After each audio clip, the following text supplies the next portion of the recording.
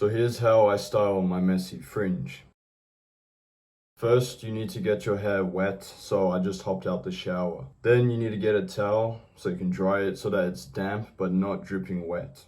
Now, if you have thin hair like me, you're gonna need to get yourself a pre-styling product. I'm not sponsored by any hairstyling product in this video, just a quick disclaimer. I find sea salt spray to be the best pre-styler as it gives your hair texture and some hold.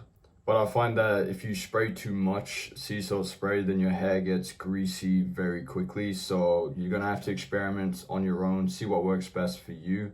I personally do about 5 or 6 sprays. Then you want to run your hands through your hair to evenly disperse the product. Once you've done that, you need to get your hair in the position that you want it to look like when you finish styling.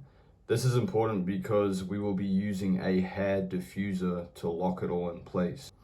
The key here is to actually hold the diffuser above your head without touching your hair. You want to evenly dry out your hair until it's like 90% dry. You can stop here if this is your desired look, but I find that there's not enough hold from the sea salt spray alone. Remove the diffuser and blow dry your hair, starting from the back and working your way to the front. Once it's completely dry, I like to add a texturizing powder, as this gives your hair a good amount of hold but still allows you to run your hands through your hair. Again, the amount of product you end up using is something you're going to have to experiment with and find out on your own. Work the product into your hair and finish by styling your hair into the position that you want it to be in. And as simple as that, that's how I style my messy fringe.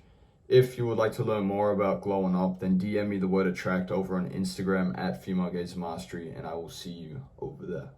Peace.